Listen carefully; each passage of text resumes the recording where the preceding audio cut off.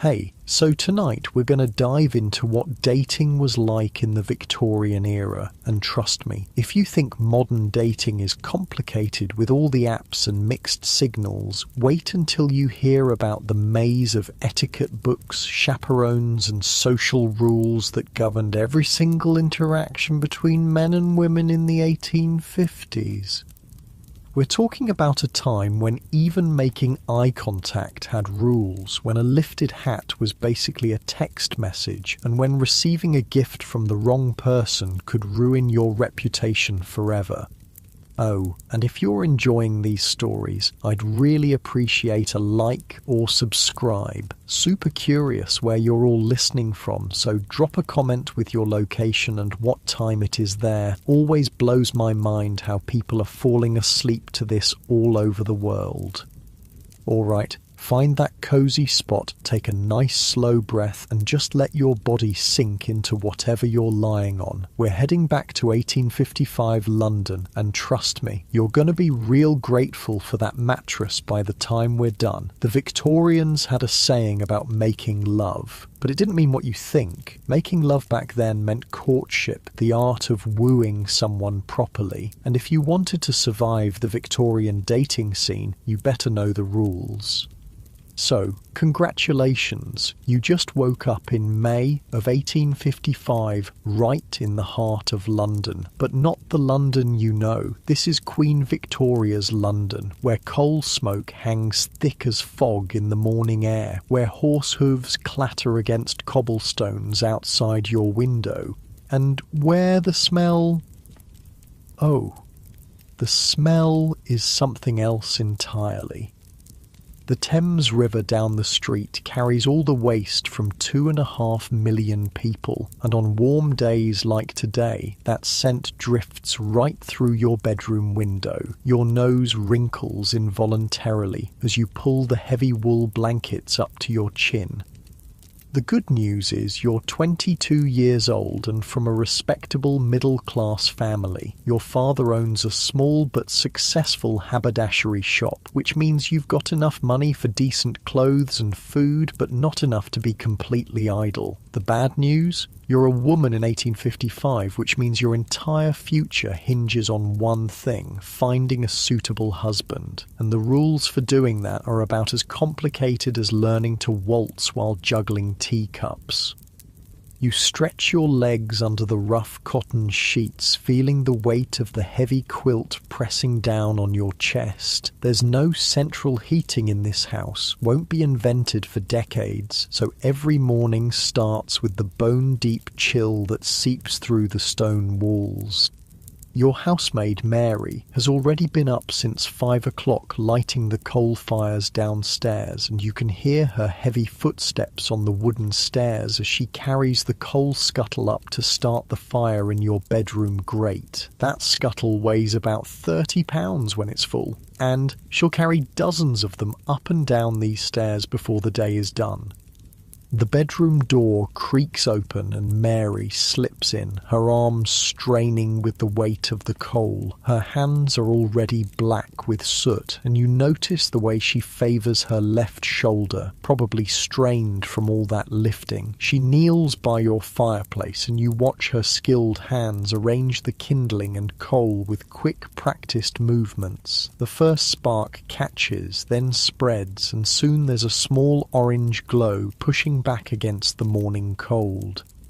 "Good morning, miss," Mary says, wiping her sooty hands on her apron. "Your mother says you're to dress properly today. The Weatherbees are calling this afternoon and they're bringing their son." Your stomach does a little flip. The Weatherbees. You've heard about their son, Thomas, 26 years old, recently returned from India, where he worked as a clerk for the East India Company. Your mother has been hinting about this visit for weeks, and you know exactly what it means. This isn't just a social call. This is an inspection. You sit up in bed, feeling the cool air hit your shoulders through your cotton nightgown. The fire is already making the room warmer, but it'll be another hour before the chill really leaves. You watch Mary move around the room, laying out your clothes for the day. Not just any clothes, your best day dress, the one made of dark blue wool with tiny mother-of-pearl buttons that took your mother 3 months to save up for. "Mary," you say, your voice still rough with sleep, "what do you know about the Weatherby son?" She glances toward the door, then leans closer. "Well, miss, I heard tell from their housemaid that he's got all his teeth, which is more than can be said for most gentlemen his age, and she says he doesn't drink overmuch, though he does have a fondness for cigars." She pauses, arranging your corset on the bed.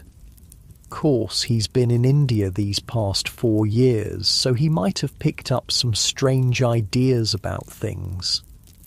The corset. You look at it with resignation. Every morning Mary will lace you into this contraption of whale bones and cotton that squeezes your ribs until you can barely breathe properly. It's designed to give you that perfect hourglass silhouette that's fashionable right now, but it also means you'll spend the entire day feeling like someone's got their hands wrapped around your waist, squeezing gently but persistently. You swing your legs out of bed and your bare feet hit the cold wooden floor. The floorboards are wide planks of oak, polished smooth by decades of use, and they're always cold no matter how warm the fire gets. You stand up and Mary immediately starts unlacing your nightgown. This is normal. Privacy, as you know, it doesn't really exist for women. Mary has seen you naked thousands of times, and she'll continue to dress and undress you until you marry, at which point your husband's valet or your own lady's maid will take over.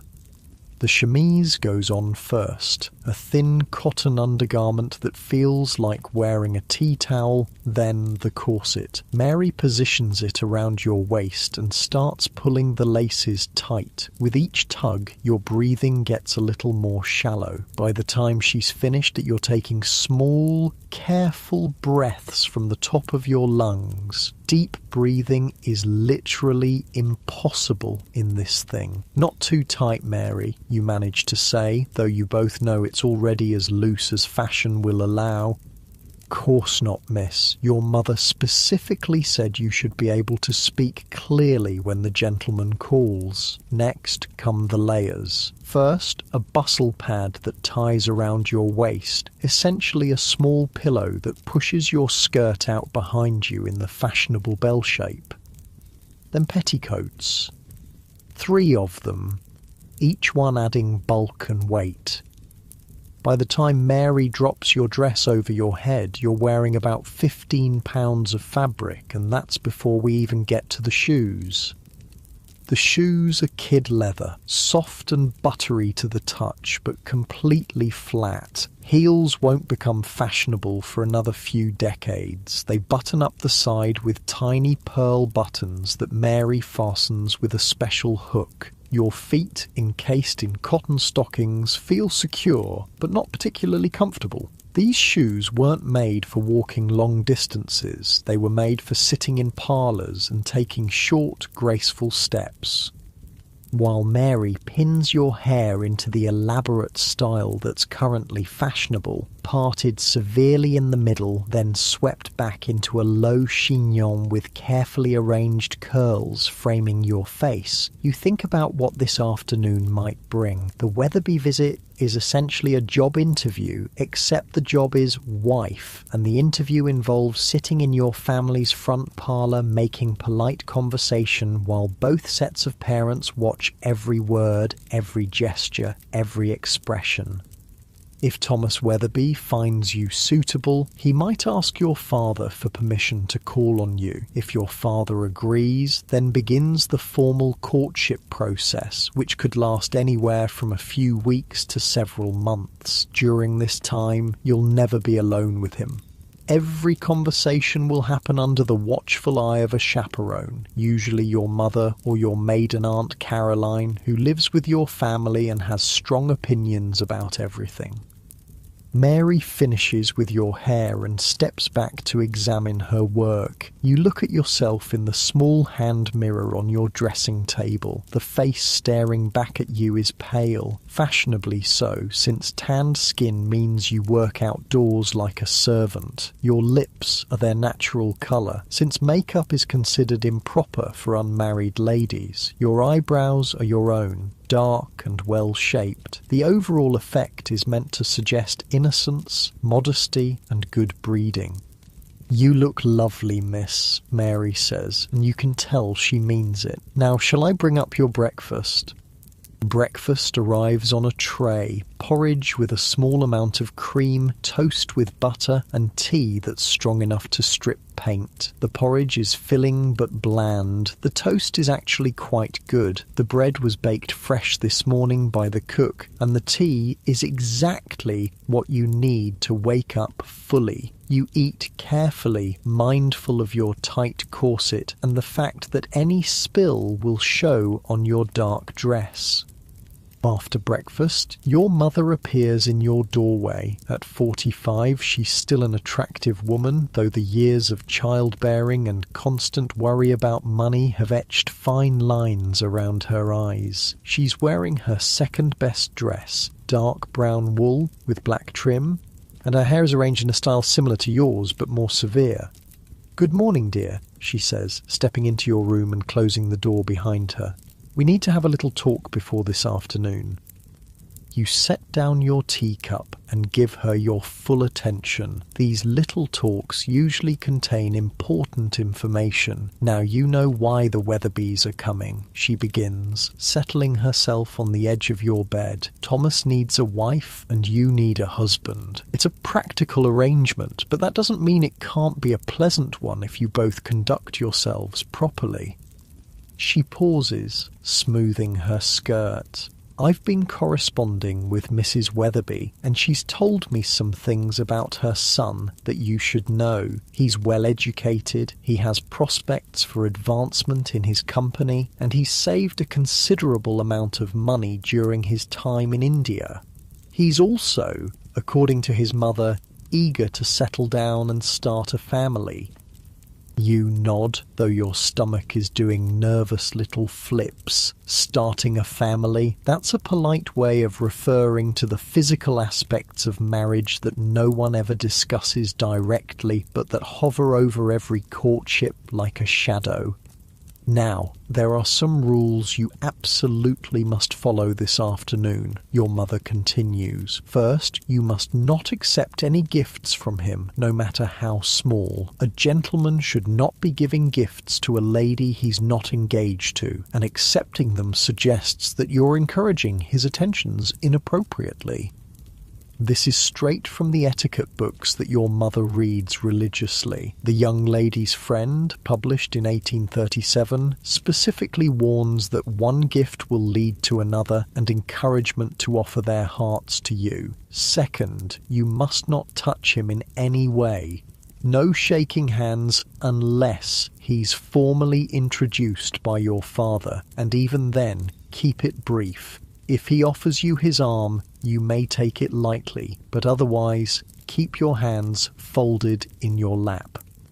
You think about how strange this must seem to young people today, where casual touching is so normal. But in 1855, physical contact between unmarried people is serious business. Even engaged couples are limited to holding hands and perhaps exchanging chaste kisses, always under supervision. Third, let him lead the conversation, but don't be afraid to show intelligence. He's been educated, so he'll appreciate a woman who can discuss something beyond the weather, but don't contradict him directly, even if you disagree. Find gentle ways to express different viewpoints. This is a delicate balance. Too much intelligence and you risk being seen as unfeminine or threatening. Too little and you might appear boring or stupid. You've been practicing this balancing act your entire life. "Finally," your mother says, reaching over to adjust a curl near your ear. "Remember that he's assessing you as much as you're assessing him. Watch how he treats the servants, how he speaks to your father, how he responds when things don't go exactly as planned. These small things will tell you much more about his character than his polite parlour conversation." She stands up, brushing imaginary lint from her skirt. "The Weatherbys will arrive at 3 o'clock precisely. We'll serve tea and the small cakes that Cook made yesterday. You'll sit on the settee near the window. The light is flattering there, and I'll sit in the chair nearby. Your father will join us after he's spoken with Mr. Weatherby about business matters." After your mother leaves, you find yourself with several hours to fill before the afternoon's performance. You walk downstairs to the family's small library, really just a room with 2 bookcases and a window seat, and select a volume of poetry. It's socially acceptable for young ladies to read poetry, though novels are still considered somewhat questionable. You settle into the window seat and try to concentrate on the verses, but your mind keeps wandering to the afternoon ahead. The house around you is coming to life. You can hear Cook banging pots in the kitchen as she prepares the midday meal. The housemaid is sweeping the front steps, a job that has to be done twice daily because of all the coal smoke and horse droppings in the street. Your father is in his study, going over the shop's account books. The house smells of coal fire, beeswax polish, and the lavender water your mother uses to freshen the linens. Through the window you watch the street outside. A milk cart rolls by, the driver calling out his wares in a voice that carries clearly through the glass. 2 ladies walk past, their skirts swaying with each step, their arms linked as they chat. They're both wearing the same style of dress as you. Dark colours, full skirts, tight bodices, but you can tell from the quality of their fabric that they come from wealthier families. Behind them walks their maid carrying their parcels and staying a respectful distance behind. A gentleman on horseback trots past, sitting straight in his saddle, his top hat perfectly positioned. He's wearing a dark coat with tails and light-coloured trousers, the standard daytime outfit for men of his class. As he passes your window, he touches the brim of his hat in a polite greeting, even though he doesn't know you. This is normal. Gentlemen are expected to acknowledge ladies, even strangers, with this small gesture of respect. The morning passes slowly. You read a few poems, help your mother arrange flowers for the front parlour, and practice a piece on the pianoforte. Playing music is one of the accomplishments expected of young ladies, along with speaking a little French, doing needlework, and being able to sketch passably well. You're not expected to be brilliant at any of these things, just competent enough to demonstrate that you've had a proper education. Lunch is a simple affair. Cold meat, bread, cheese, and pickled vegetables. You eat lightly, partly because your corset makes large meals uncomfortable, and partly because you're too nervous to have much appetite. Your mother chatters about neighbours and local gossip, but you can tell she's nervous too. A good marriage for you would solve several of the family's financial concerns and secure your future. No pressure. At 2:30, your mother declares it's time for final preparations. You go upstairs to check your appearance one more time. Mary has laid out fresh gloves, white cotton ones that button at the wrist, and your small locket, the only jewellery considered appropriate for an unmarried lady receiving visitors. The locket contains a miniature portrait of your grandmother, and it rests just below the high neckline of your dress. You practice sitting down gracefully, which is more challenging than it sounds when you're wearing all these layers. The trick is to lower yourself slowly, letting your skirts settle around you in an attractive arrangement, then fold your hands in your lap. Getting up requires pushing down on the arms of the chair and rising smoothly without showing any of the effort involved. At 10 minutes before 3, you're stationed in the front parlour, sitting on the settee as instructed. Your mother sits nearby in her chair, needlework in her lap to give her hands something to do. Your father stands by the fireplace, checking his pocket watch every few minutes. The room smells of beeswax and the fresh flowers your mother arranged this morning. Late afternoon sunlight streams through the windows, and you hope it's as flattering as your mother promised. The clock on the mantel ticks toward 3 o'clock. Each second feels longer than the last. Your palms are slightly damp inside your gloves, and you resist the urge to fidget with your skirt. This is it, the beginning of what could be the rest of your life. At exactly 3 o'clock, there's a firm knock at the front door. Your father opens the front door, and you hear the low murmur of male voices in the entrance hall. Formal greetings, the rustle of coats being removed, the sharp tap of walking sticks being placed in the umbrella stand. Then footsteps approaching the parlour, and your heart hammers against the rigid stays of your corset. Mr. Weatherby enters first. Thomas's father, a distinguished gentleman with silver whiskers and a slight stoop that suggests hours bent over account books. Behind him comes Mrs. Weatherby, a round woman in burgundy silk whose jewellery catches the afternoon light. And finally, Thomas himself steps through the doorway. He's taller than you expected, with brown hair parted precisely down the middle and mutton chop whiskers that frame a lean face. His skin has a golden undertone that speaks of his years in the Indian sun, and when he moves, there's a careful precision to his gestures that suggests military training. He's wearing a black frock coat that reaches his knees, grey trousers, and a white shirt with a high collar that looks like it might strangle him if he turns his head too quickly.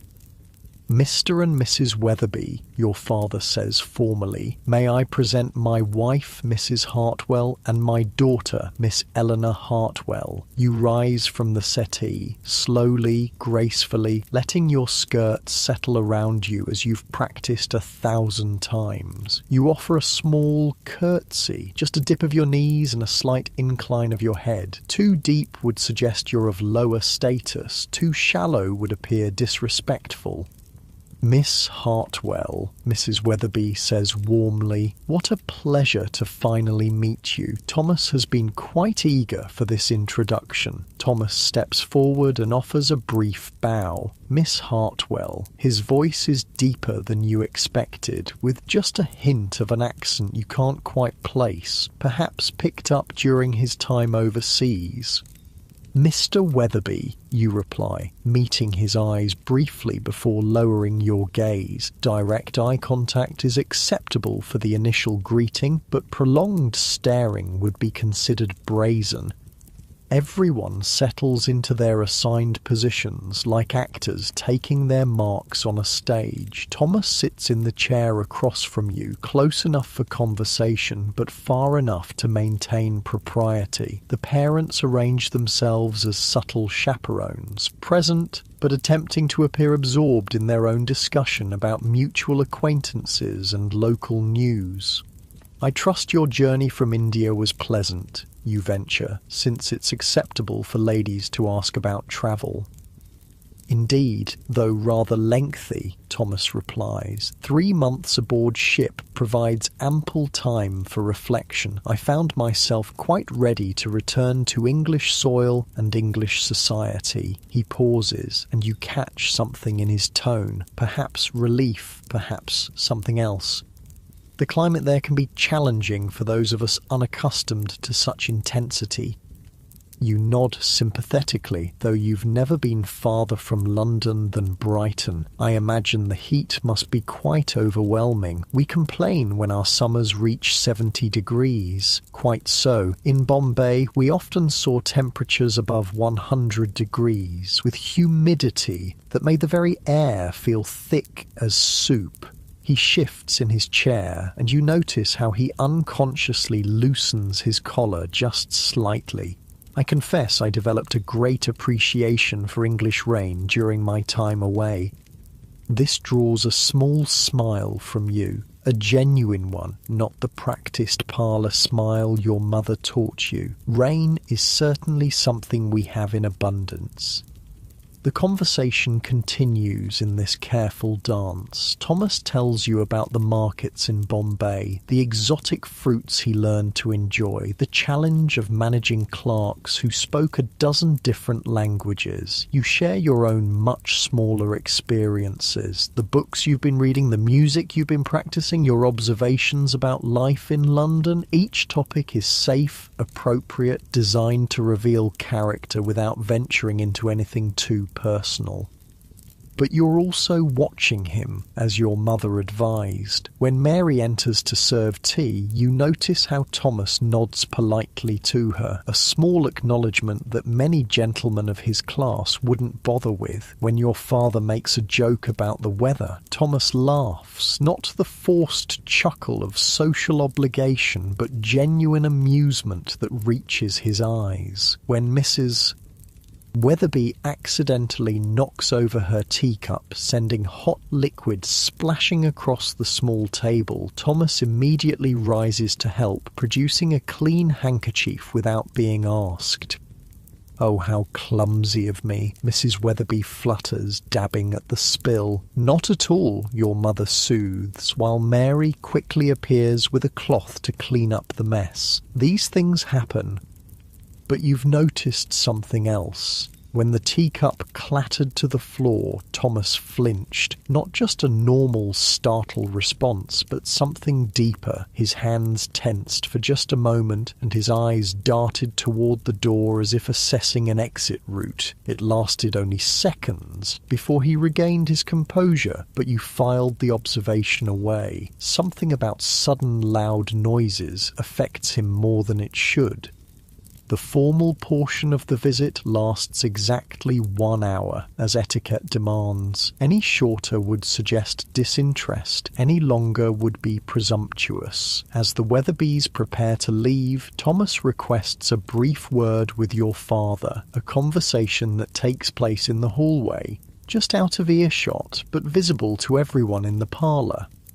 Through the doorway, you watch your father nod several times. Thomas gestures occasionally as he speaks, his hands moving with that same careful precision you noticed earlier. After perhaps 5 minutes, they shake hands, and your father's expression suggests the conversation went well.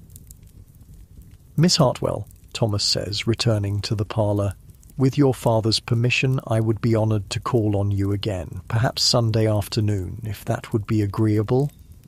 Your heart does a little skip. This is it, the formal beginning of courtship. That would be very pleasant, Mr. Weatherby. After they leave, your mother immediately begins the post-visit analysis. "Well, he seems quite respectable," she says, settling back into her chair. "Good posture, clean fingernails, polite to the servants. And did you notice how he helped when I spilled the tea? Shows consideration."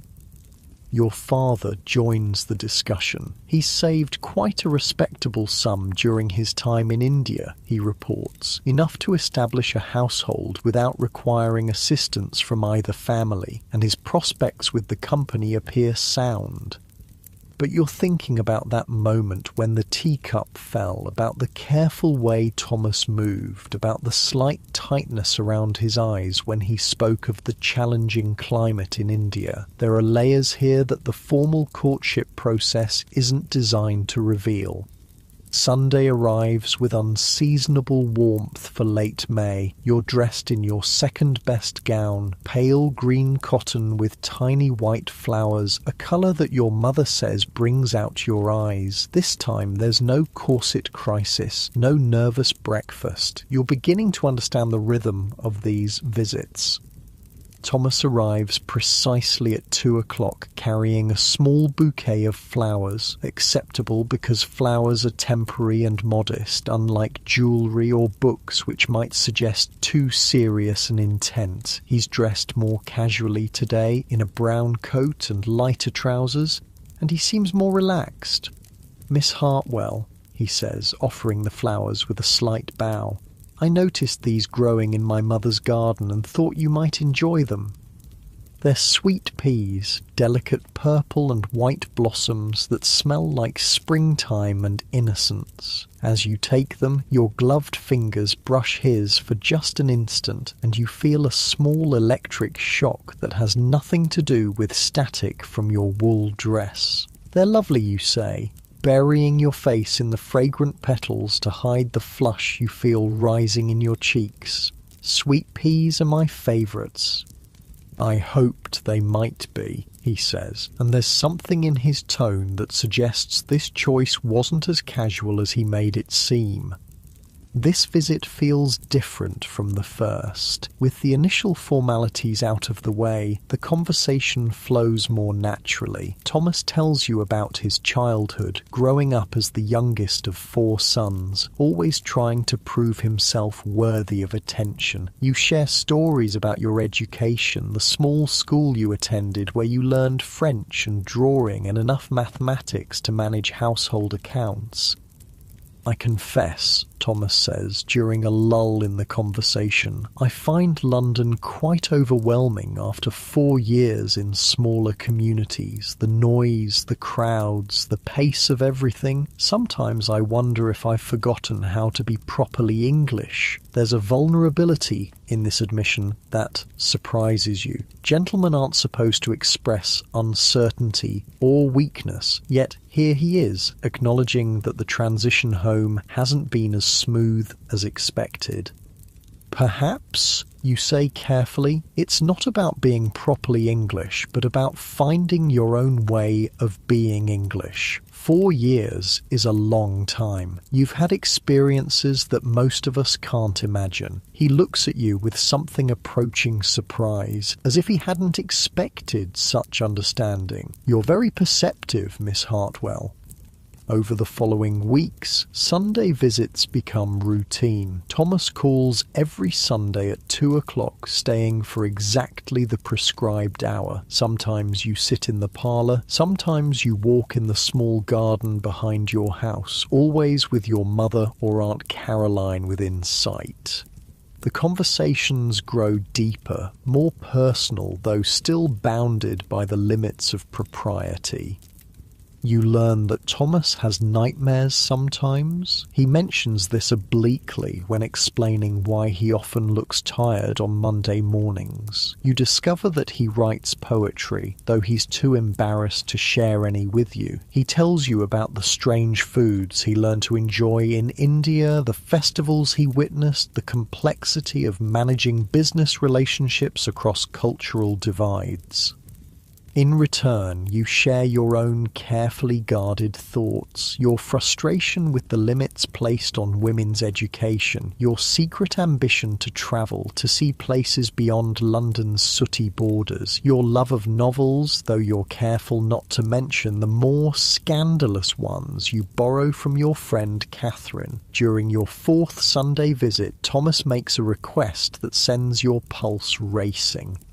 "Miss Hartwell," he says, glancing toward where your mother sits with her needlework, "I wonder if you might consent to accompany me to the exhibition at the Crystal Palace next Saturday, with proper chaperonage naturally. This is significant. Attending a public event together represents a new level of courtship, a semi-public declaration that you're officially keeping company." Your mother's needle pauses in her embroidery as she waits for your response.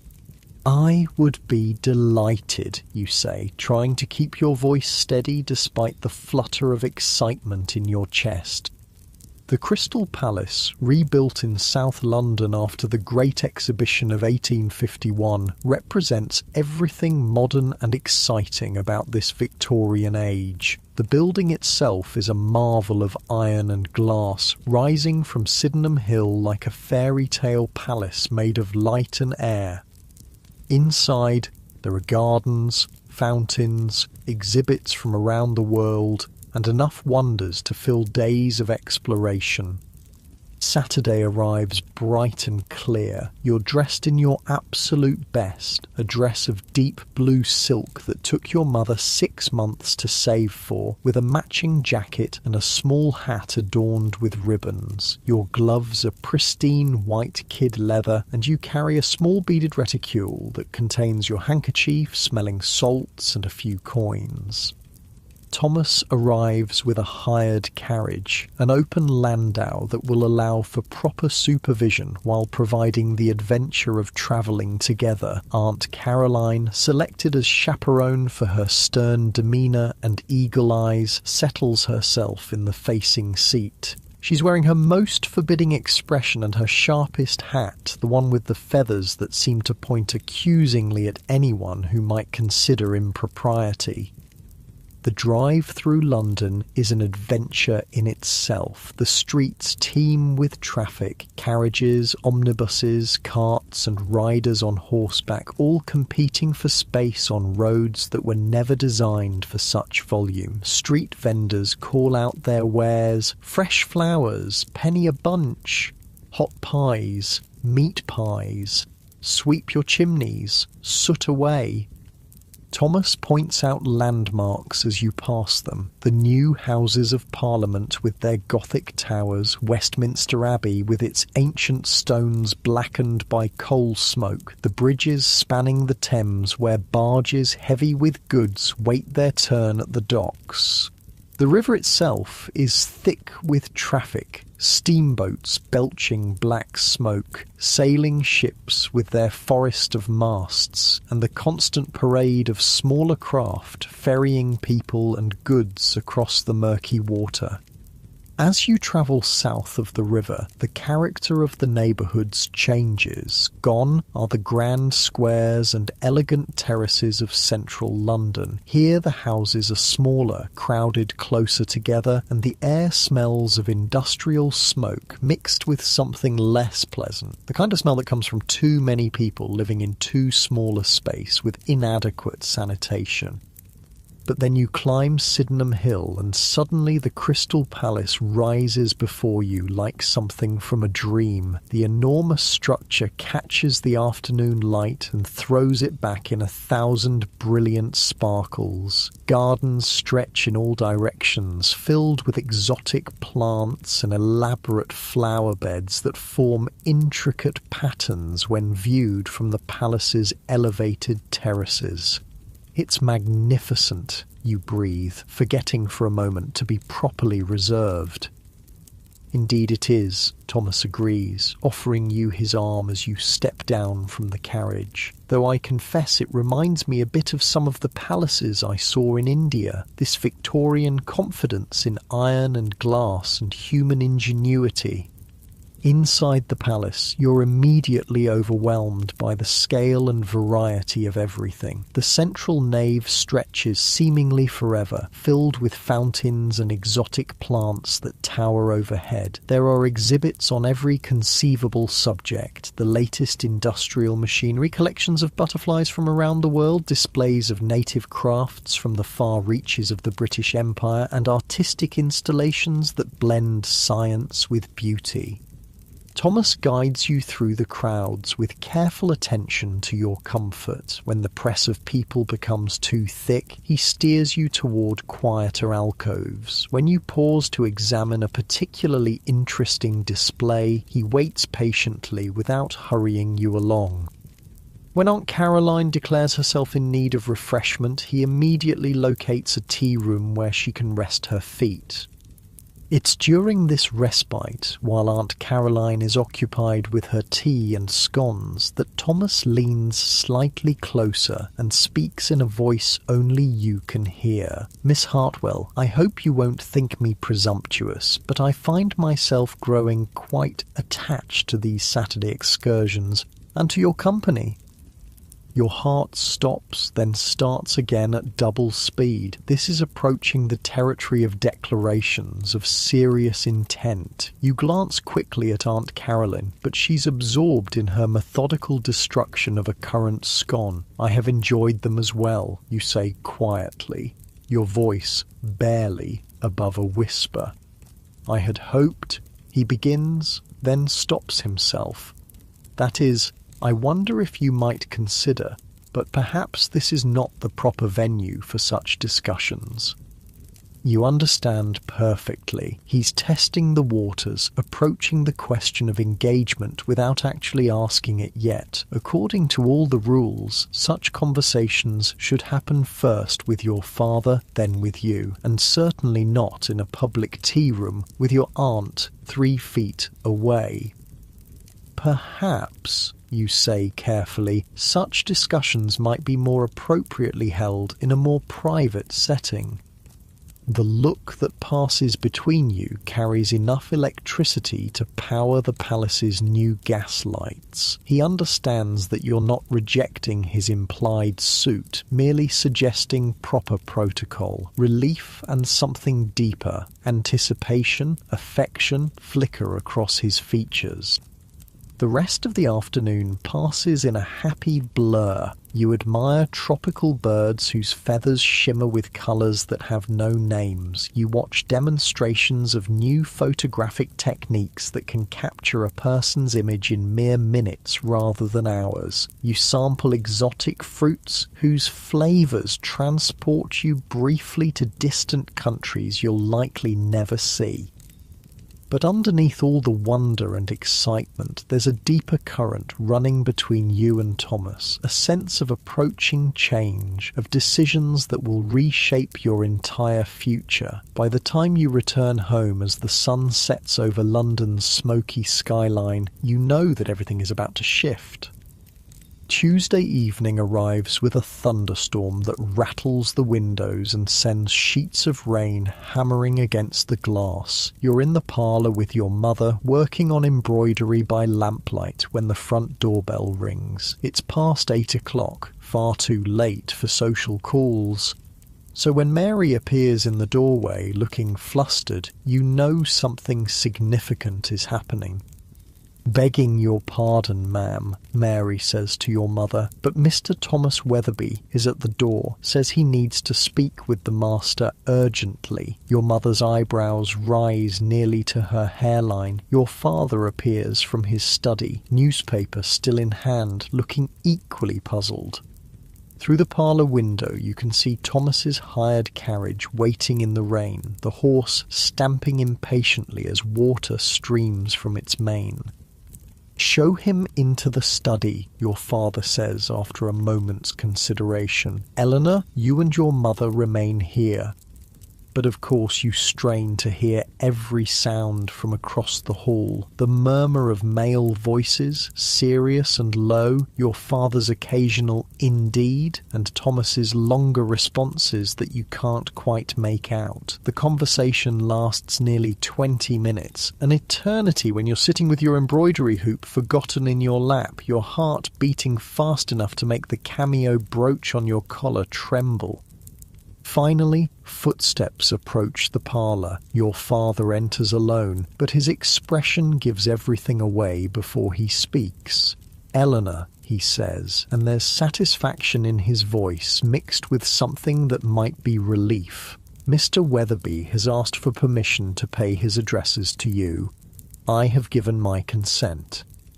The embroidery hoop slides from your nerveless fingers and hits the floor with a soft thud. This is it. Thomas wants to marry you. After 6 weeks of careful courtship, he's ready to make it official. He wishes to speak with you tomorrow afternoon, your father continues. "I told him to call at 2 o'clock. Your mother will be present, naturally, but he'll be permitted to make his proposal directly to you. Your mother lets out a little squeak of excitement that she immediately tries to suppress. "Oh, Eleanor, we must decide what you'll wear, and we should have cook prepare something special, and perhaps we should move the good china from the cabinet to—" "Mother," you interrupt gently, though your own excitement is making your hands shake slightly. "Perhaps we should see what he has to say first." But you already know what Thomas will say. The question isn't whether he'll propose, it's whether you're truly ready to accept him. Marriage in 1855 isn't like stepping into a relationship you can leave if things don't work out. Once you say yes, your legal existence essentially disappears. Your property becomes his property, your money becomes his money, even your children, if you have them, belong legally to him rather than to you. Yet, what choice do you really have? At 22, you're already approaching the age where people will start whispering about you being on the shelf. Your family can't afford to support you indefinitely, and Thomas seems kind, intelligent, and genuinely fond of you. In a world where many marriages are purely business arrangements, the prospect of affection feels like tremendous good fortune. Wednesday crawls by with agonizing slowness. You change clothes 3 times before settling on a dress of soft grey wool with violet trim, serious enough to show you understand the gravity of the occasion, but pretty enough to remind Thomas why he's proposing in the first place. Your hair refuses to cooperate, and Mary has to pin and repin the complicated braided style twice before it stays properly. At precisely 2 o'clock, Thomas arrives carrying a small velvet box that makes your stomach perform acrobatics. He's wearing his best black coat and a fresh white shirt with a collar so stiff it looks like it might cut his throat if he turns his head wrong. His hands are shaking just slightly as he removes his gloves. "Miss Hartwell," he says formally, though his eyes are warm. "Mrs. Hartwell." He nods to your mother, who has positioned herself in the corner chair with her needlework, close enough to supervise, but far enough to provide the illusion of privacy. You sit on the edge of the settee, your back straight, your hands folded in your lap. Thomas takes the chair across from you, the same arrangement as those first visits, but now everything feels different, electric, final. "Miss Hartwell," Thomas begins, then stops and takes a deep breath. "Eleanor, if I may, I have spoken with your father, and with your permission, I would like to speak directly to your heart. This is the moment when everything changes." You nod, not trusting your voice. "These past weeks of knowing you have been among the happiest of my life," he continues, his voice gaining confidence. "Your intelligence, your kindness, your strength of character, all of these qualities have made me realize that I cannot imagine my future without you in it." He slides from his chair to one knee beside the settee, the velvet box now openly displayed in his hands. "Eleanor Hartwell, would you do me the tremendous honour of becoming my wife?" The ring inside the box is modest but beautiful, a small diamond surrounded by tiny pearls set in yellow gold. It's not flashy or ostentatious, but it's clearly been chosen with care and represents a significant expense for a man in Thomas's position. "Yes," you whisper, then find your voice. "Yes, Thomas, I would be honoured to accept." His relief is so obvious that you almost laugh. He takes your left hand in his, the first time you've touched without gloves, and slides the ring onto your 4th finger. His hands are warm and slightly rough, probably from his years overseas, and the touch sends a little shiver up your arm. "There," he says softly. "Now it's official." From her corner, your mother makes a small sound that might be a suppressed sob of happiness. When you look over, she's dabbing at her eyes with her handkerchief while trying to appear absorbed in her embroidery. The rest of the visit passes in a blur of practical discussions. The engagement will be announced in next Sunday's paper. The wedding will take place in 6 months, giving you time to prepare a trousseau and Thomas time to secure appropriate housing. He's found a small house in Kensington, 3 bedrooms, a proper kitchen and a tiny garden that will be available to rent come autumn.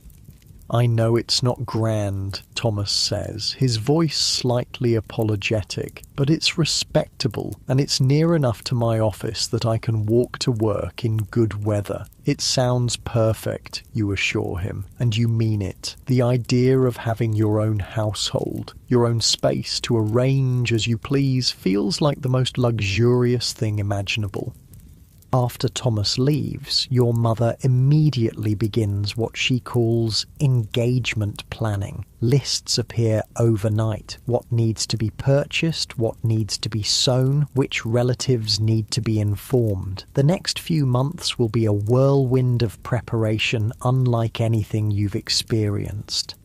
But first, there are the immediate changes that come with being officially engaged. Starting the very next Sunday, Thomas is permitted to take you on unchaperoned walks. The first time you step out together without your mother trailing behind feels like the most daring thing you've ever done.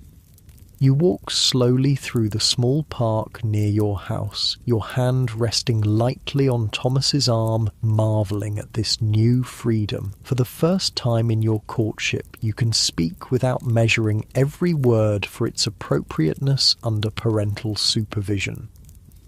I confess, Thomas says, as you pause beside a fountain where children are sailing toy boats. I've been terrified for weeks that you might refuse me. Were you really? You ask, surprised. But surely you could tell that I enjoyed your visits. Enjoyed them, yes, but enjoyment and willingness to marry are quite different things. He adjusts his grip on his walking stick. I know I'm not the most exciting prospect. No title, no great fortune, and I come with some complications from my time abroad.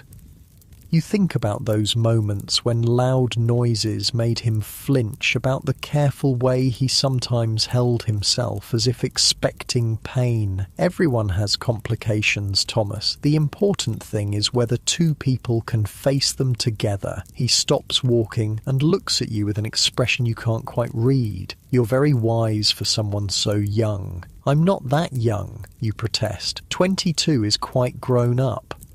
Of course it is, he says quickly. I didn't mean to suggest, that is, I sometimes feel much older than my 26 years. India has a way of aging a person. Over the following weeks, these unchaperoned walks become precious to both of you. Away from the formal constraints of parlour visits, Thomas begins to reveal more of himself. He tells you about the fever that nearly killed him during his 2nd year in Bombay, about the colleague who cheated him out of a promotion, about the overwhelming relief he felt when the ship carrying him home finally cleared the harbour. You share your own secrets in return. Your fear that you're not naturally maternal enough to be a good mother, your frustration with the limitations placed on women's education, your secret dream of learning to paint with real skill, not just the watercolour dabbling considered appropriate for ladies. Perhaps, Thomas suggests one afternoon as you sit on a bench watching sparrows hop around your feet, you could take proper painting lessons after we're married. We won't be wealthy, but we should be comfortable enough for small luxuries. The casual way he says after we're married makes your stomach flutter. It's becoming real, this future you're planning together. Along with the walks come other new privileges. Thomas is now permitted to visit you in the front parlour without formal supervision, though he's still required to leave before nightfall. During these visits, you're allowed to hold hands, a simple intimacy that feels revolutionary after months of careful distance. The first time Thomas takes your hand in yours, you're sitting on the settee looking through a book of engravings he's brought to show you scenes from India. His fingers intertwine with yours, warm and slightly calloused, and you're amazed by how natural it feels. "Is this proper?" you ask, though you make no move to pull away. "Perfectly proper for an engaged couple," he assures you. "Though I admit it feels rather scandalous after all those weeks of keeping my hands to myself." You laugh, and the sound seems to surprise both of you. It's been a long time since you've laughed freely in Thomas's presence. Most of your interactions have been so careful, so measured, but engagement has brought a new ease to your relationship. The letters start arriving the very week of your engagement. According to Victorian tradition, engaged couples are expected to write to each other regularly, especially when separated by business or family obligations. Thomas's work requires him to travel to the company's offices in Manchester for a week, and suddenly you're learning to express your feelings on paper. "My dear Eleanor," his first letter begins, "I have been gone only 2 days, yet I find myself missing our conversations more than I anticipated. Manchester is a busy city, full of the noise and smoke of industry, but I confess I would trade all its bustling energy for another quiet walk through your neighbourhood park." You spend an entire evening crafting your response, filling 3 pages with your own careful handwriting. You tell him about the books you're reading, the changes your mother is making to the house in preparation for the wedding, the small daily details that seem meaningful when shared with someone who cares about them. These letters become the foundation of your deepening relationship. In writing, Thomas is more eloquent than in person, less constrained by the formal requirements of polite conversation. He writes about his hopes for your marriage, his plans for the house in Kensington, his gradual readjustment to English life after his years abroad. You discover that you too express yourself more freely in writing. You tell him about your fears as well as your hopes, your questions about what married life will actually entail, your excitement about having a home of your own to manage. The gift exchanges begin in earnest as well. Beyond the engagement ring, Thomas presents you with a small locket containing his photograph, a formal portrait showing him in his best coat, looking serious and slightly younger than his actual age. You reciprocate with your own photograph, taken at a studio in town, wearing your best dress and your most composed expression. But the most intimate gift is yet to come. On a rainy Thursday afternoon in July, Thomas appears at your door carrying a small wrapped package. "This is rather unconventional," he says, looking slightly embarrassed as he hands it to you, "but I thought you might appreciate it." Inside the package is a leather-bound journal, its pages blank and waiting. But what makes it special is the inscription on the first page, written in Thomas's careful script, for Eleanor to record all the thoughts too precious for ordinary conversation. You run your fingers over the smooth leather cover, touched by the thoughtfulness of the gift. "It's beautiful, Thomas. Thank you." "I have one just like it," he admits. "I thought perhaps we might both keep journals during our engagement, not to share necessarily, but to help us think through all the changes ahead." That night, alone in your bedroom, you make the first entry in your new journal. You write about the strange mixture of excitement and terror that comes with approaching marriage, about your growing affection for Thomas, about the overwhelming nature of all the decisions that need to be made. The summer passes in a blur of preparation and anticipation. Your mother drags you to endless fittings for your wedding dress and the new clothes that will form your married wardrobe. The dress itself is a confection of white silk and Brussels lace that cost more than your father's shop earns in 2 months, but it's considered essential for maintaining the family's social standing. You spend afternoons learning household management skills that your education had only touched on. Cook teaches you to plan meals and manage food budgets. Mary shows you the proper care of fine linens and the best methods for removing different types of stains. Your mother drills you on the social obligations you'll face as a married woman, which neighbours to call on, how to manage servants, the proper way to host a dinner party. But perhaps the most important education comes from the married women in your family and social circle. Your Aunt Margaret, who has been married for 15 years, takes you aside for a series of conversations that no one else seems willing to have. Marriage, she tells you bluntly, is not like the novels make it seem. There will be wonderful moments, certainly, but there will also be difficult ones. Your husband will have moods you don't understand. You'll have days when you wonder what you've gotten yourself into.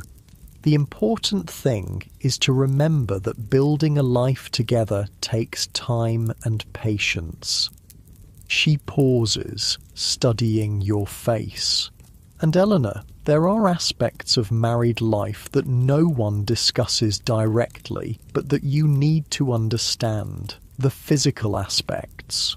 Your face burns with embarrassment, but you force yourself to listen as Aunt Margaret explains in careful euphemisms what will be expected of you as a wife. It's not the romantic picture painted by the poetry you've read, but it's practical information you desperately need. As summer turns to autumn, your wedding date approaches with alarming speed. The house in Kensington has been secured, and Thomas takes you to see it on a crisp September afternoon. It's smaller than your family home, but bright and cheerful, with large windows that let in plenty of light and a garden just big enough for a small vegetable patch. The kitchen is modern, Thomas points out, opening cabinets to show off the built-in storage. And there's a proper range for cooking, not just an open hearth. You run your hands over the wooden countertops, imagining yourself preparing meals here, managing your own household. It's thrilling and terrifying in equal measure. It's perfect, you tell him, and mean it. This will be your domain, your responsibility, your home. 2 weeks before the wedding, Thomas makes an unusual request. He asks if you would consider cutting a lock of your hair for him to keep, a token that will be with him always. It's a common custom among engaged couples, but still feels incredibly intimate. You sit in front of your dressing table mirror while Mary carefully cuts a small section of hair from behind your ear where it won't be missed. The dark strands feel silky and alive in your palm as you wrap them in tissue paper. For Thomas, you tell Mary as you seal the packet, a piece of me to carry with him. In return, Thomas presents you with a lock of his own hair, already carefully preserved in a small silver locket, something of mine to keep close to your heart, he says simply. The week before your wedding arrives with a flurry of final preparations. Relatives descend upon your house like a friendly invasion. The wedding dress hangs in your wardrobe like a beautiful ghost of your future self. Your trousseau, the collection of clothes, linens, and household items you'll bring to your marriage, fills 2 large trunks that sit at the foot of your bed. Thomas calls every day now, sometimes twice, to check on arrangements and simply to see you. The formal distance of early courtship has given way to genuine affection and comfortable companionship. You find yourself looking forward to married life not just as an inevitable step, but as an adventure you want to share with this particular man. On the Thursday before your Saturday wedding, Thomas takes your hands in the parlour and looks at you seriously. Eleanor, he he says. "I want you to know that whatever challenges we face as husband and wife, I will always strive to be worthy of the trust you're placing in me. And I will strive to be worthy of yours," you reply, meaning every word. Outside, London bustles with its usual energy, carriages clattering past, vendors calling their wares, the constant hum of a city that never quite stops moving. But in this moment, in your family's parlour with your hand in Thomas's, the future feels both certain and full of wonderful possibilities. Saturday morning arrives grey and drizzling, the kind of London weather that makes everything look like a watercolour painting left out in the rain. You wake before dawn in your childhood bedroom for the last time, listening to the familiar sounds of the house stirring to life around you. Cook is already banging pots in the kitchen 3 floors below, and you can hear your father's heavy footsteps as he paces the library, probably rehearsing the speech he'll give at the wedding breakfast. Your wedding dress hangs on the wardrobe door like a luminous ghost, the white silk and lace catching what little light filters through the rain-streaked windows. In a few hours you'll put it on and become Mrs. Thomas Weatherby, trading your identity as Eleanor Hartwell for an entirely new existence.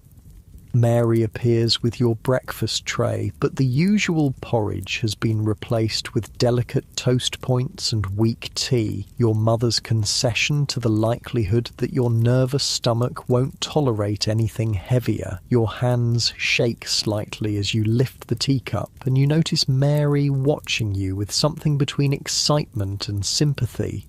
"Nervous, miss?" she asks softly as she begins laying out your undergarments. Terrified, you admit, then immediately feel guilty for the confession. Young ladies are supposed to approach marriage with joy and anticipation, not gut-churning fear, but Mary just nods knowingly. "That's natural, miss. My sister said the same thing on her wedding morning. Said she felt like she was about to jump off a cliff without knowing what was at the bottom."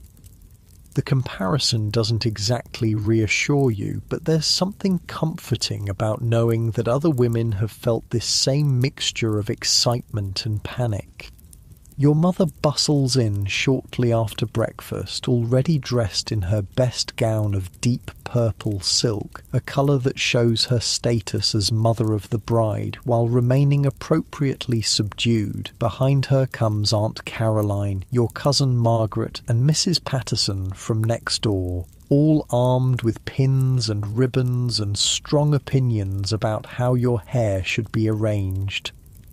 The process of getting dressed takes nearly 3 hours. First the chemise, thin cotton that feels like nothing against your skin. Then the corset, laced tighter than usual to give you the perfect silhouette for your wedding gown. Today, Mary pulls the laces until you can barely draw a full breath, but you don't protest. On your wedding day, discomfort is expected in service of beauty.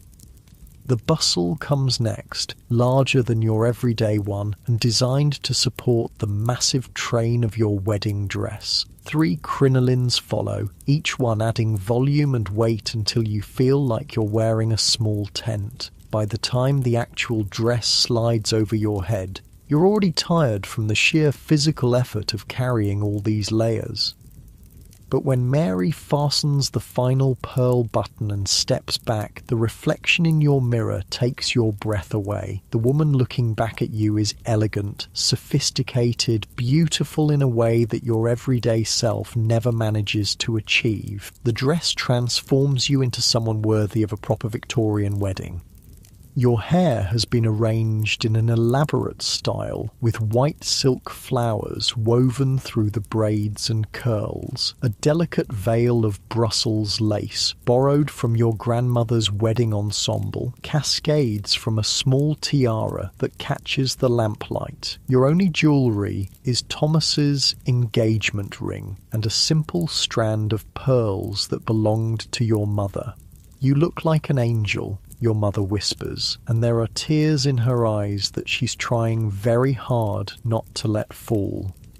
The carriage ride to St. George's Church feels both endless and far too short. Your father sits beside you, unusually silent, occasionally reaching over to pat your gloved hand. Through the rain-spattered windows, you watch London go about its Saturday business. Street vendors still calling their wares, children dodging puddles, the constant flow of life that will continue exactly as before, even though your entire world is about to change.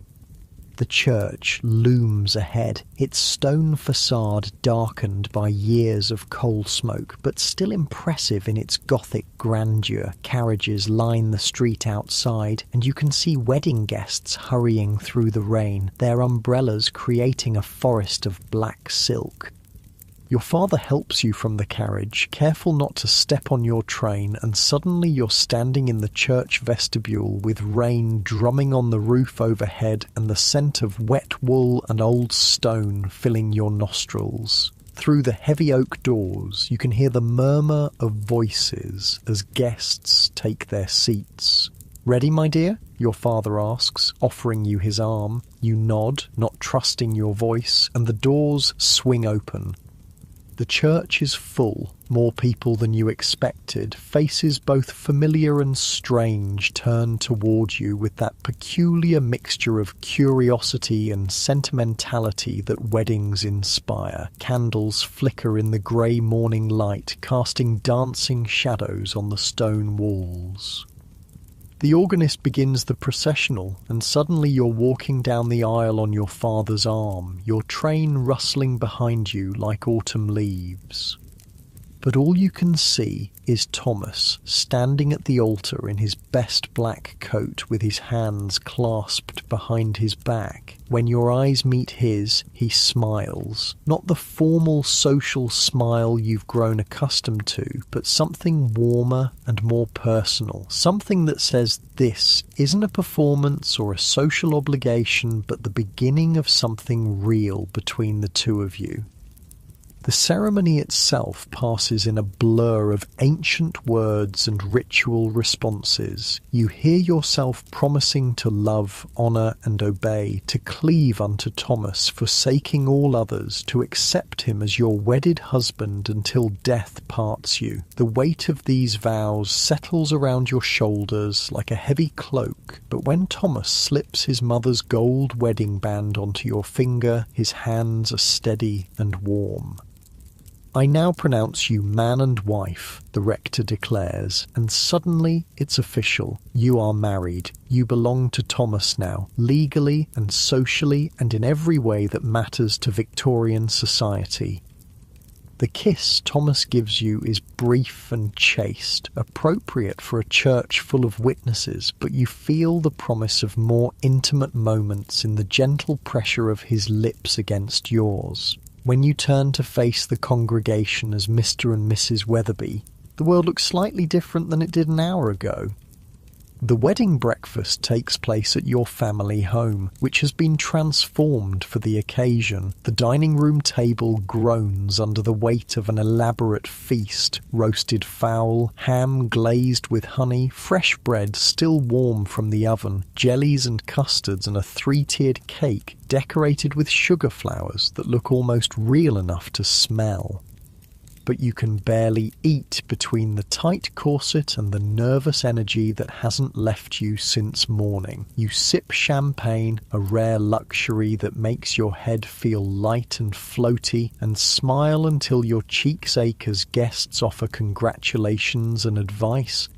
Uncle William, slightly red-faced from his own encounters with the champagne, insists on giving an impromptu speech about the sanctity of marriage and the duties of wives. Aunt Margaret regales you with stories about the early days of her own marriage, most of which involve domestic disasters and misunderstandings that seem hilarious in retrospect, but probably weren't at the time.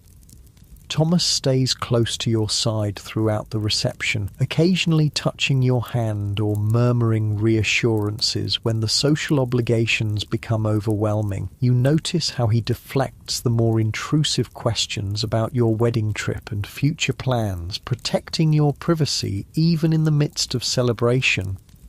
As the afternoon wears on and the guests begin to drift away, the reality of what comes next starts to settle in. Tonight, you'll sleep in your new home as Thomas's wife. The physical intimacies that Aunt Margaret alluded to in her careful conversations will become reality.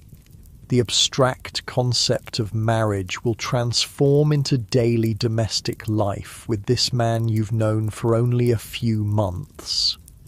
By 5 o'clock, the last of the guests have departed, leaving behind a house that looks like a party battlefield. Empty glasses, crumpled napkins, chairs pushed askew. Your mother is already directing the servants in cleaning up, but her eyes keep drifting to you with a mixture of pride and something that might be worry. "Time to change into your travelling dress," she says gently, and suddenly your throat feels tight with unshed tears.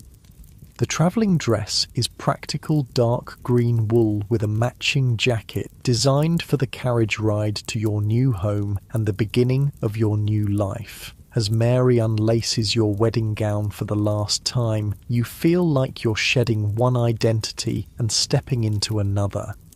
Your father loads your trunks into Thomas's hired carriage while your mother fuses over final details. Do you have your gloves, your reticule, the small bag of personal items you'll need for tonight? Each question feels loaded with meaning you're not quite ready to examine.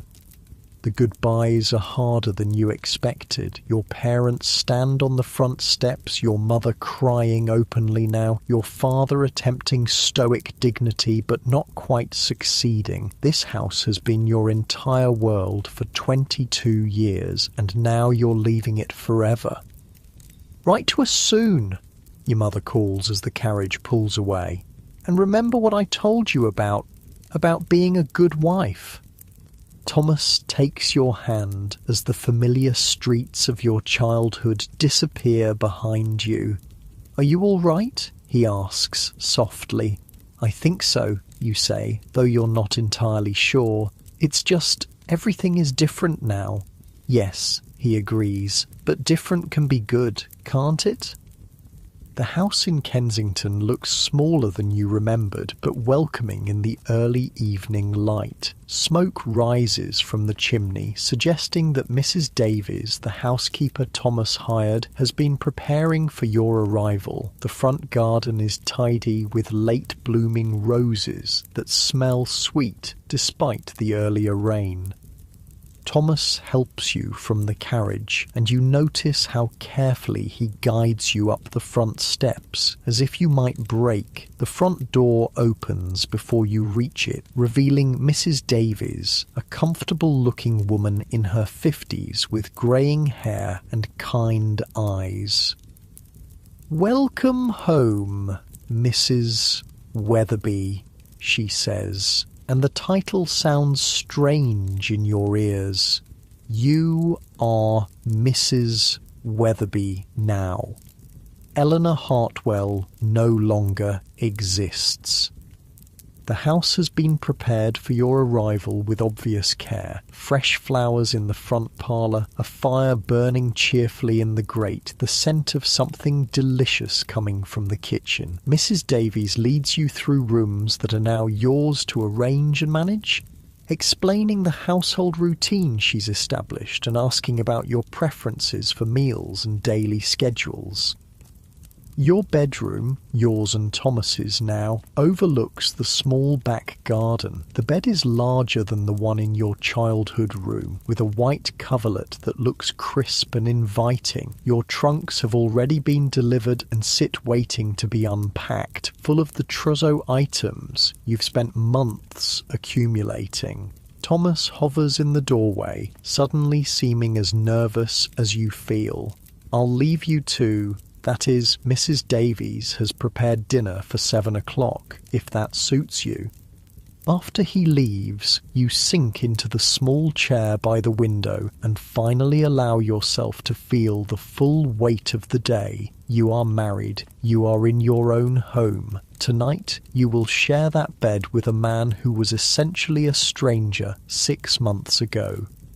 Mrs. Davies appears with a tea tray and the offer to help you unpack, but you find yourself craving a few minutes of solitude to process everything that's happened. She seems to understand, bustling away with promises to call you when dinner is ready. Dinner is served in the small dining room by candlelight, just you and Thomas at opposite ends of a table that feels both intimate and formal. Mrs. Davies has prepared roasted chicken with vegetables from the garden, and everything tastes wonderful, even though your appetite hasn't quite returned.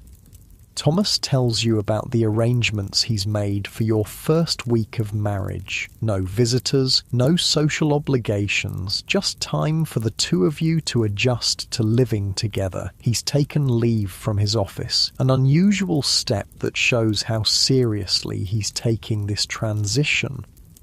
"I thought we might spend tomorrow arranging the books in the library," he suggests over the custard dessert. "And perhaps you'd like to see the kitchen properly to discuss meal planning with Mrs. Davies."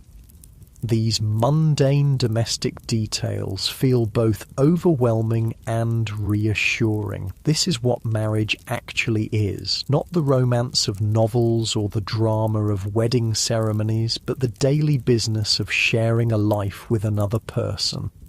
After dinner, you sit together in the parlour, Thomas reading aloud from the evening paper while you attempt to focus on your embroidery, but the domestic tranquility feels fragile, underpinned by your awareness of what's expected to happen when you retire for the night. At 9 o'clock, Mrs. Davies appears to bank the fires and secure the house for the evening. She bids you both good night with a meaningful look that makes your cheeks burn, and suddenly you're alone with your husband in your new home. "Eleanor," Thomas says softly, setting aside his paper, "I want you to know that I understand this is all very new for you. We needn't... there's no pressure for anything to happen quickly." His consideration touches you deeply, even as it highlights the strangeness of your situation. You know each other well enough to feel genuine affection, but not well enough to navigate intimate physical relationship without awkwardness. "Thank you," you whisper. "That means a great deal to me." When you finally go upstairs together, Thomas shows you the small dressing room where he'll change into his nightclothes, giving you privacy to prepare for bed. Alone in the bedroom, you trade your travelling dress for the fine cotton nightgown that was part of your trousseau, then sit at the dressing table to brush your hair. In the mirror, you watch yourself performing this nightly ritual in a new setting. The woman looking back at you is the same as always, but everything around her has changed. This is your room now, your mirror, your bed, your life. When Thomas returns, wearing a cotton nightshirt and dressing gown, you're sitting on the edge of the bed feeling shy and uncertain. He moves carefully, respectfully, settling on the other side of the bed with space between you. "Eleanor," he says quietly, "I meant what I said downstairs. We have our whole lives to figure this out together." You turn to look at him in the dim light from the bedside candle. His hair is slightly mussed, his face serious but kind. This is your husband. This gentle, patient man is yours now. And you are his. "I know," you say, "and I'm grateful for your patience." He reaches across the space between you and takes your hand, the same gesture that felt so revolutionary during your engagement, now carrying even deeper meaning. "We're going to be all right, aren't we?" he asks, and you hear the uncertainty beneath his confidence. "Yes," you say, and find that you actually believe it. We're going to be all right. The first days of marriage pass in a blur of domestic adjustment and small discoveries. You learn that Thomas likes his coffee strong and black, that he hums unconsciously while shaving, that he sometimes talks in his sleep, usually numbers and dates from his work accounts. He discovers that you're not naturally early to rise, that you have strong opinions about how books should be organised, and that you make the most beautiful flower arrangements he's ever seen. Mrs. Davies proves invaluable in helping you establish your role as mistress of the household. She teaches you to plan menus that balance nutrition with budget, to manage household accounts, to oversee the cleaning and maintenance schedules. It's more complex than you expected, running even a small household, but deeply satisfying in ways you hadn't anticipated. You write your first letter as a married woman to your parents, describing your new home and your settling in process. The signature, "Your daughter, Eleanor Weatherby," looks strange on the page, but less strange each time you write it. Thomas returns to work after a week, leaving you alone in the house with Mrs. Davies and your own thoughts. The solitude feels both liberating and slightly overwhelming. For the first time in your life, you're responsible for structuring your own days without parents or teachers or social obligations to guide you. You spend the morning rearranging the parlour furniture to better catch the light from the windows. After lunch, you walk to the nearby shops to introduce yourself to the local merchants as Mrs. Weatherby of Elm Street. The baker, the grocer, the fishmonger all treat you with the respect due to a respectable married woman, and you begin to understand the social weight that comes with your new status. When Thomas returns that evening, you've prepared dinner yourself, a simple meal, but one you've cooked with your own hands in your own kitchen. The pride on his face when you tell him makes the effort worthwhile. "You're turning into quite the housewife," he says, and there's admiration in his voice that makes your heart flutter. "I'm learning," you reply. Mrs. Davies is a patient teacher. As weeks pass, you settle into the rhythm of married life. Thomas leaves for his office each morning after breakfast, returning in the evening with stories about his colleagues and the challenges of readjusting to English business practices after his years abroad. You fill your days with household management, correspondence with family and friends, and the slowly developing social obligations that come with your new status as a married woman. The physical intimacy that seemed so daunting on your wedding night develops gradually, naturally, as you grow more comfortable with each other. Thomas is patient and gentle, and you discover that the mysterious aspects of marriage that no one discusses directly are not as frightening as you'd imagined. Your first dinner party as a married couple takes place 6 weeks after your wedding. 3 other couples from the neighbourhood, carefully chosen for their respectability and social compatibility. You spend days planning the menu with Mrs. Davies, polishing the good china, arranging flowers throughout the house.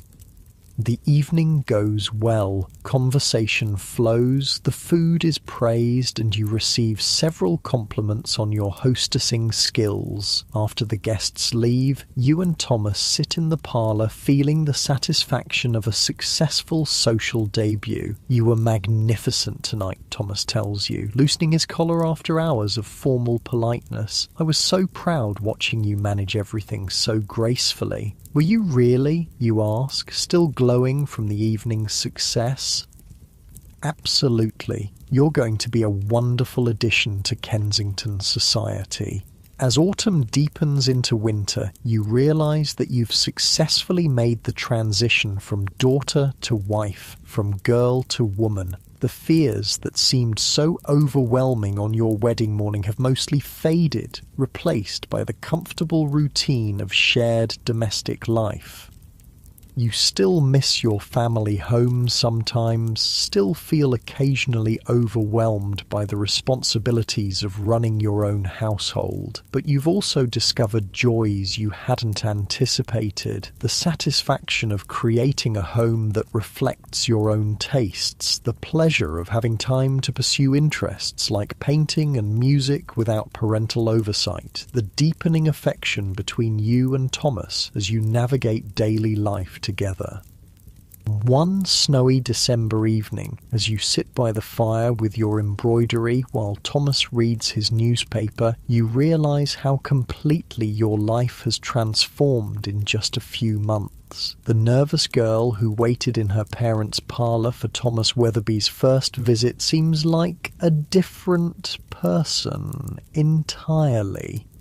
"Thomas," you say softly, setting aside your needlework. He looks up from his paper, lamplight catching the gold flecks in his brown eyes. "I just wanted to say I'm happy, truly happy." His smile spreads slowly across his face, transforming his serious expression into something warm and boyish. "So am I, my dear, so am I." Outside, London sleeps under its blanket of snow, but inside your small house in Kensington, you've built something precious together, a life that's entirely your own. Spring arrives early in 1856, bringing with it the kind of soft warmth that makes London's sooty buildings look almost beautiful. You're in your garden, kneeling among the emerging daffodils with dirt under your fingernails and sunshine warming your shoulders through your cottonwork dress. This is a freedom you never had as an unmarried woman, the simple pleasure of getting your hands dirty in your own soil.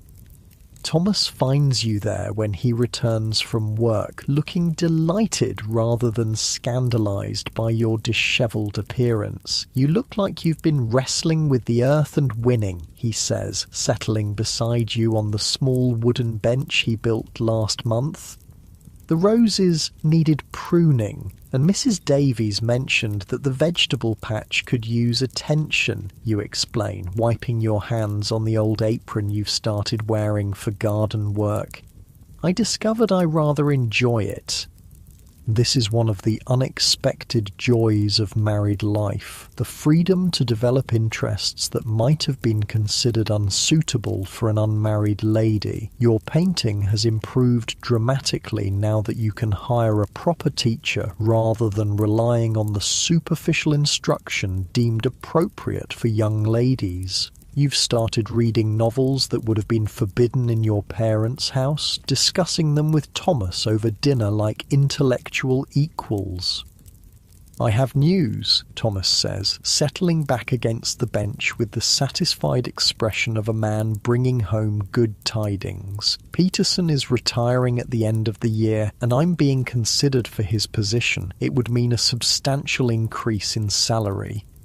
Your heart skips with excitement. Peterson's position would make Thomas a senior clerk with real responsibility and prospects for further advancement. More importantly, it would provide the financial security to start thinking about expanding your little household.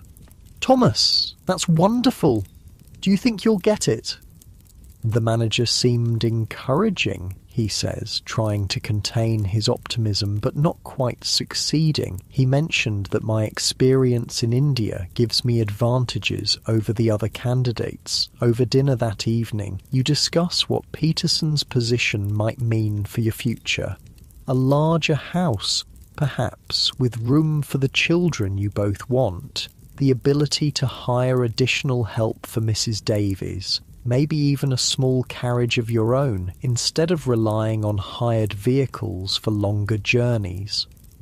But you've also learned to appreciate what you already have. The intimacy of your small house, where every room holds memories you've created together. The satisfaction of managing your own domestic world. The way Thomas's face lights up when he comes home to find you waiting with stories about your day.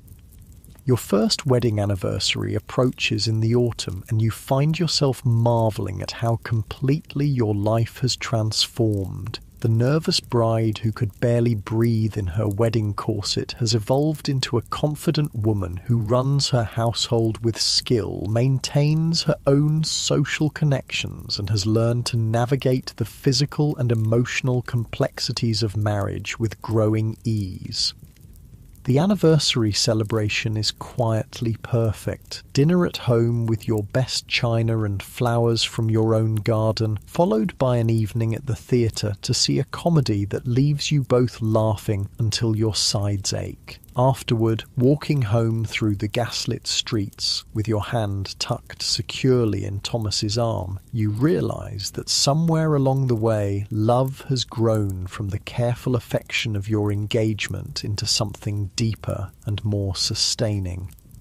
"Do you ever think about how we met?" you ask as you pause under a street lamp to admire the golden light it casts on the autumn leaves. "Often," Thomas admits. "I remember thinking you looked terrified that first afternoon. I was worried you might faint." "I was terrified?" You laugh. "I'd never spoken to a man I wasn't related to without my mother hovering 3 feet away. And there you were, asking about my reading and actually listening to the answers. You were the first woman I'd met who spoke to me like I was a person rather than a potential husband," he says, his voice growing more serious. "Most of the other young ladies I was introduced to seemed more interested in my prospects than in me." This honesty is another gift of marriage, the ability to speak frankly about feelings and experiences that social convention would never have allowed during courtship. You've learned that Thomas sometimes still wakes from nightmares about his time in India, that he occasionally struggles with melancholy during London's grey winter months. He's discovered that you have a quick temper when truly provoked, that you can be stubbornly independent about household decisions, and that you sometimes cry over novels even when you know the characters aren't real. These imperfections, rather than diminishing your affection, have somehow deepened it. Love, you've learned, isn't the dramatic passion of romance novels, but the steady comfort of being truly known by another person. Winter brings unexpected challenges when Thomas falls ill with a fever that keeps him bedridden for nearly 2 weeks. For the first time, you experience the fear that comes with genuine partnership, the terrifying realization that your happiness depends on another person's well-being. You nurse him yourself despite Mrs. Davies's offers to take over the more unpleasant aspects of sick care. You sit beside his bed reading aloud when he's awake, checking his temperature throughout the night, preparing the special broths and tisanes that the doctor recommends. When the fever finally breaks and Thomas's eyes focus clearly on your face for the first time in days, you understand something fundamental about the vows you spoke in that flower-filled church. "Hello, wife," he whispers, his voice still hoarse but unmistakably himself again. "Hello, husband," you reply, and the relief in your voice surprises you both. His recovery is slow but steady, and during the long afternoons when he's well enough to sit up but not strong enough for normal activities, you spend hours talking about things you've never discussed before, your childhood fears and dreams, his experiences during the voyage to India, the homesickness that nearly overwhelmed him during his first months abroad, the different futures you both imagined before you met each other.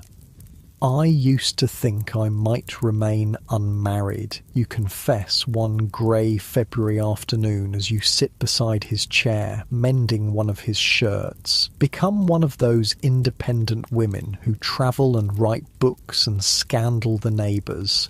"You still could," Thomas says quietly. "Write books? I mean, you have intelligent observations about everything you read."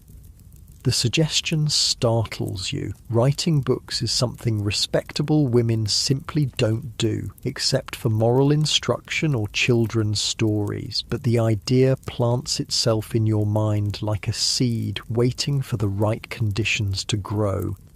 When spring returns, it brings Thomas's promotion and the salary increase that comes with it. You celebrate by taking a week's holiday in Brighton, your first trip together since your wedding. The seaside town is fashionable with couples your age, and you enjoy the novelty of being tourists together, exploring the pier and the shops, walking along the beach where the ocean stretches endlessly toward France.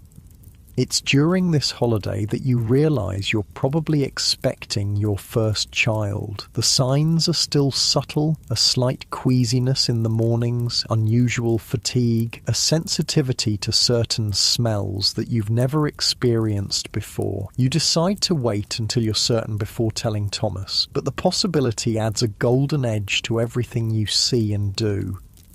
Back in London, Dr. Matthews confirms your suspicions with the kind of gentle congratulations that doctors reserve for respectable married women. You're approximately 2 months along, he estimates, which means the baby will arrive sometime in early winter. That evening you break the news to Thomas over dinner, watching his face transform from confusion to understanding to joy so pure it makes your throat tight with emotion.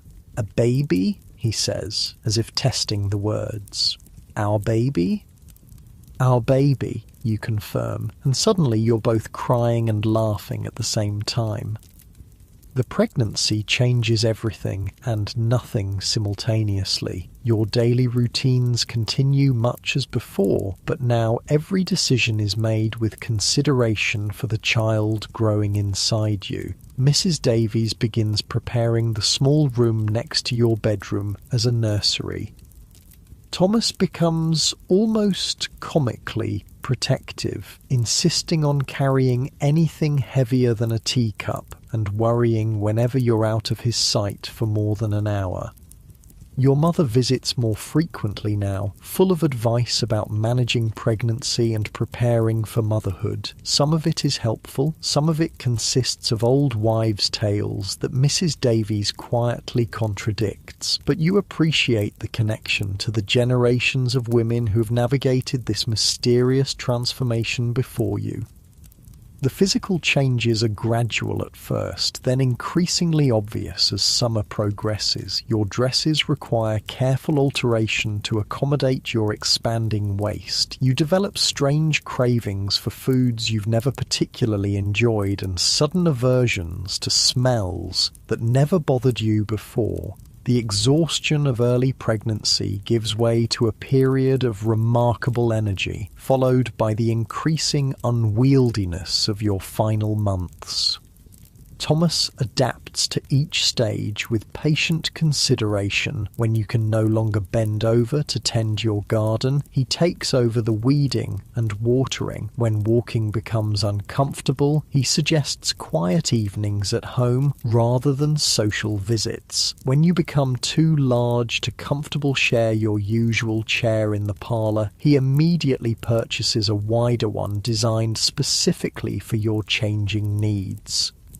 "You're being ridiculously considerate," you tell him one October evening as he helps you settle into your new chair with cushions arranged just so. "I'm being appropriately considerate," he corrects. "You're creating a human being. That seems to merit some extra attention." The baby arrives on a snowy December morning, 3 days after your second wedding anniversary. The labour is long and difficult, but when Dr. Matthews finally places your daughter in your arms, the pain becomes irrelevant. She's perfectly formed and remarkably alert, with Thomas's brown eyes and what promises to be your stubborn chin. "She's beautiful," Thomas whispers, settling carefully beside you on the bed to get his first close look at his daughter. "She looks just like you." "She looks like herself," you say, marvelling at the tiny fingers that grip yours with surprising strength. "Hello, little one. We've been waiting for you." You name her Charlotte, after the author whose novels you've grown to love despite their scandalous reputation. Charlotte Weatherby?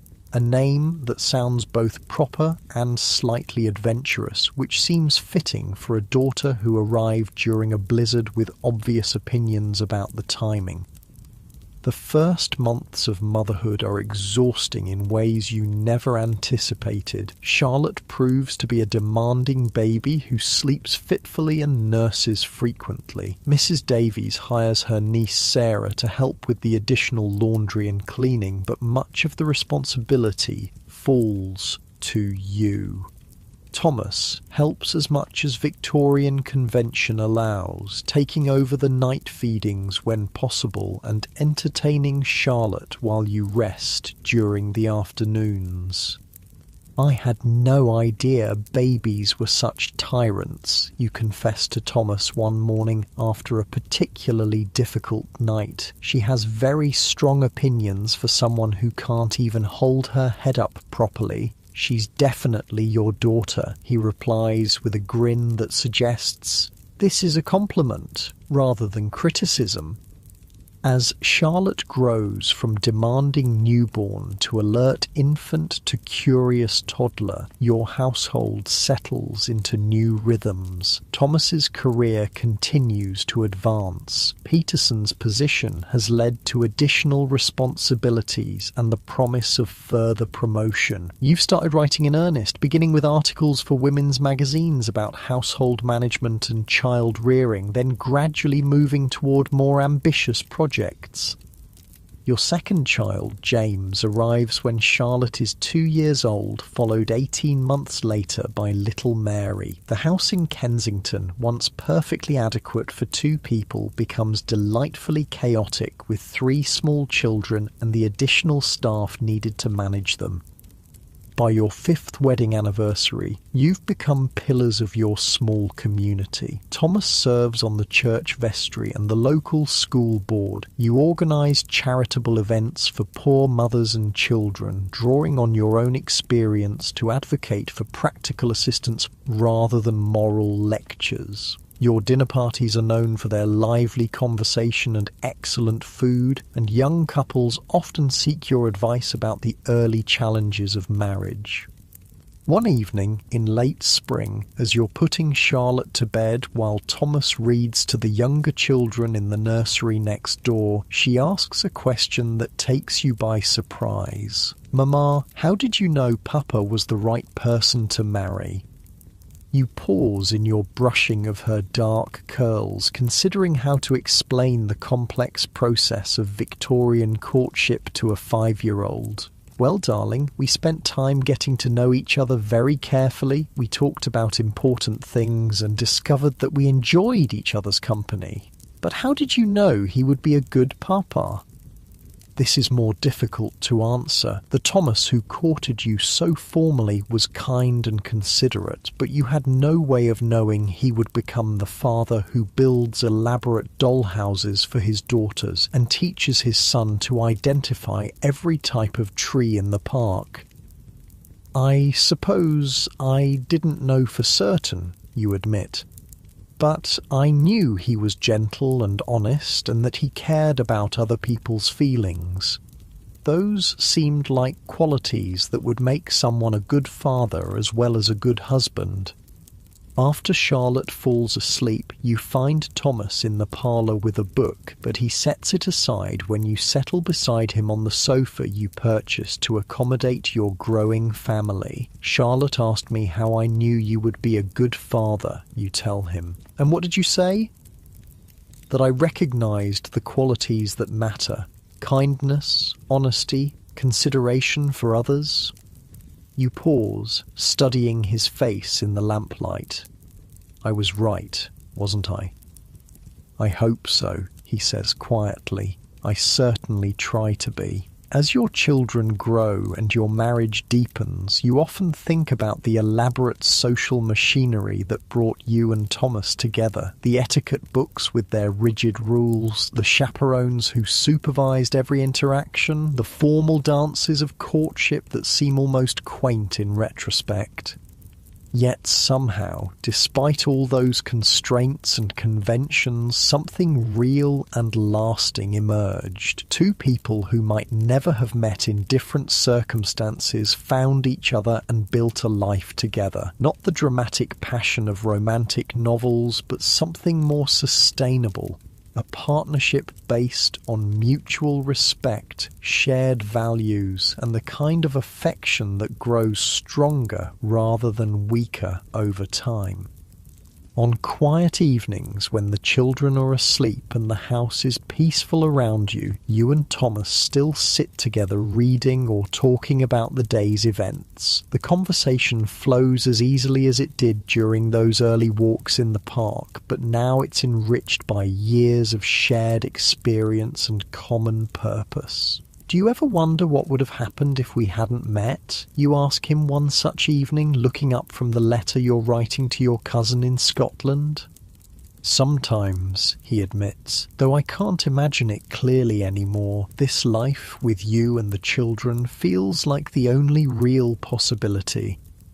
The world around you is changing rapidly. Railways have revolutionized travel, making it possible to visit distant relatives in hours rather than days. Gaslighting is becoming common in better neighborhoods, pushing back the darkness that once defined winter evenings. Photography is growing more sophisticated, allowing families to preserve images of their children at every stage of growth. But the fundamental rhythms of domestic life remain constant. Children still need to be fed and clothed and educated. Households still require management and care. Marriages still depend on daily kindness and consideration between partners who have chosen to link their fates together.